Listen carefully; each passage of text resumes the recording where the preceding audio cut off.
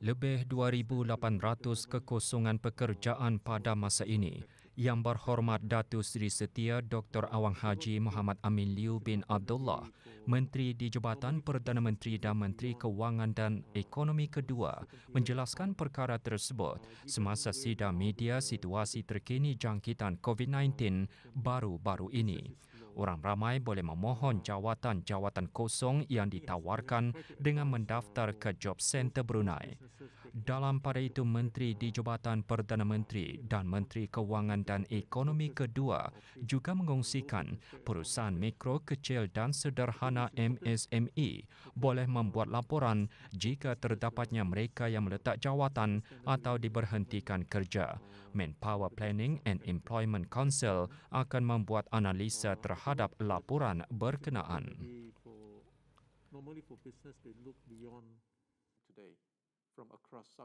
Rundingan Meja Bulat ASEAN mengenai fintech dan literasi kewangan 2021 akan menyumbang kepada usaha Majlis Penasihat Perniagaan ASEAN mengenai e-perdagangan, sekuriti siber, perjanjian rangka kerja ASEAN mengenai perkhidmatan yang memfokuskan dalam kebebasan perkhidmatan kewangan, khususnya literasi kewangan.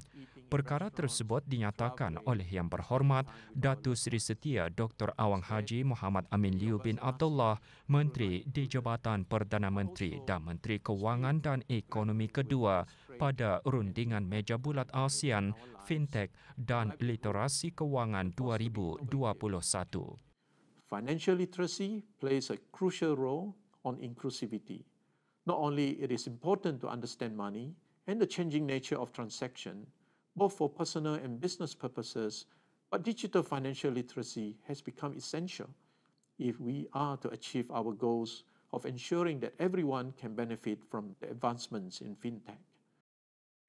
Sementara itu, semasa rundingan panel kedua mengenai topik literasi kewangan dalam kemakmuran ekonomi ASEAN, Datuk Seri Paduka Awang Haji Ahmadin bin Haji Abdul Rahman, Timbalan Menteri Kewangan dan Ekonomi Fiskal, selaku pengerusi Brunei Darussalam Central Bank BDCB, antara lain berkata, literasi kewangan dilihat sebagai komponen penting untuk mencapai wawasan Brunei 2035 dan BDCB juga memainkan peranan penting dalam melengkapkan inisiatif literasi kewangan di negara ini.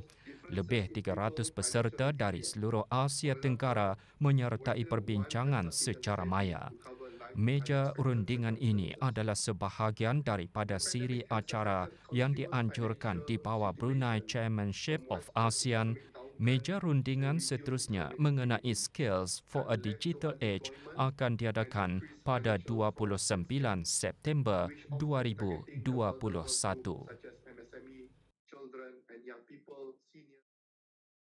Para nelayan dan orang ramai yang ingin menangkap ikan hendaklah memastikan lesen alat menangkap ikan sah untuk digunakan.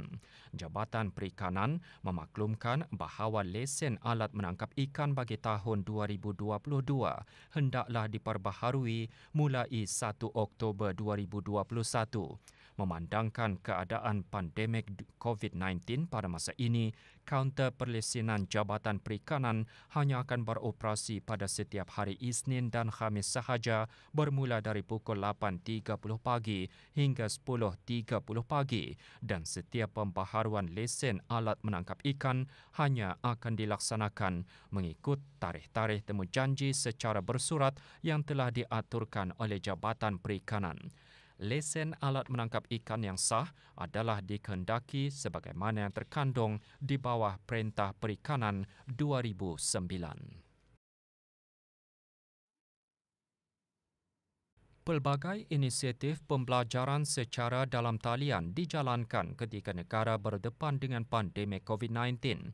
Kegiatan seumpamanya diadakan memandangkan had pergerakan dalam usaha membendung risiko penularan wabak. Salah satu inisiatif tersebut diungkayahkan oleh Kementerian Kebudayaan, Belia dan Sukan melalui Perpustakaan Dewan Bahasa dan Pustaka. Perpustakaan Dewan Bahasa dan Pustaka Cawangan Seria di daerah Blyth mengendalikan aktiviti Dapur Kitani secara siaran langsung di laman sesawang Instagram perpustakaan berkenaan yang memberi peluang orang ramai menyertainya secara dalam talian. Aktiviti tunjuk cara memasak disiarkan setiap 2 atau 3 kali seminggu. Tujuan aktiviti ini diadakan bagi orang ramai sepanjang tempoh penutupan perpustakaan. Syukur Alhamdulillah sambutan orang ramai sangat-sangat menggalakkan. Aktiviti ini selain daripada bermasak, kami juga menyediakan aktiviti pembelajaran, menguji minda dan lain-lain. Antara aktiviti uji minda yang diadakan termasuk mengenal bahasa Kedayan, bahasa Arab serta teka dan jawab bahasa Brunei. Ia dapat dilayari melalui laman Instagram dan Facebook Perpustakaan DBP Seria. Sementara orang ramai yang berminat aktiviti perpustakaan boleh melayari laman sesawang www.librarybrunei.gov.bn.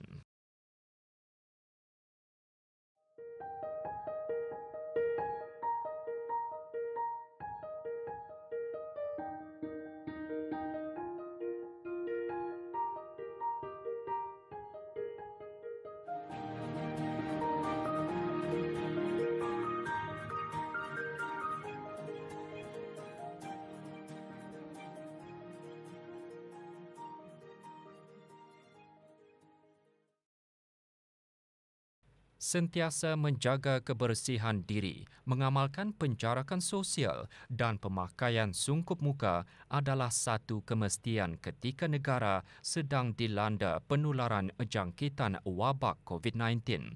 Berikutan penyebaran jangkitan COVID-19 dalam komuniti, pemakaian sungkup muka telah dikemas kini kepada pemakaian setiap masa untuk setiap individu yang keluar ke tempat awam dan tempat kerja, sama ada di dalam bangunan atau di luar bangunan.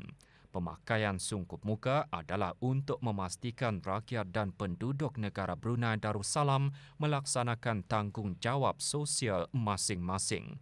Pada masa ini, penjualan sungkup muka menjadi barang paling laris dalam pasaran. Pemakaian sungkup muka dalam tempoh lama, bagaimanapun, boleh memberi kesan dan ketidakselesaan kepada pemakai, terutama kaum wanita yang berhijab. Di sinilah timbulnya idea kreatif dalam penghasilan extender atau penyambung kepada sungkup muka untuk memudahkan dan memberi keselesaan kepada pemakainya tanpa perlu menyangkutkan talinya ke belakang telinga. Pembuatan extender cukup mudah dengan menggunakan bahan yang senang untuk diperoleh. Kini bermacam-macam jenis extender dengan pelbagai corak boleh didapati dan dijual oleh pelbagai pihak dan orang persendirian yang menawarkan dengan harga yang berpatutan.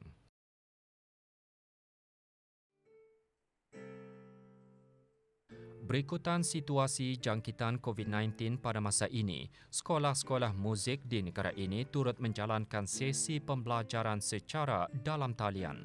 Kaedah itu dilaksanakan sebagai langkah berjaga-jaga untuk mengawal penularan jangkitan COVID-19. Antara sekolah muzik yang mengadakan kaedah pembelajaran secara dalam talian adalah Harmony Music School dan Expression Music Academy.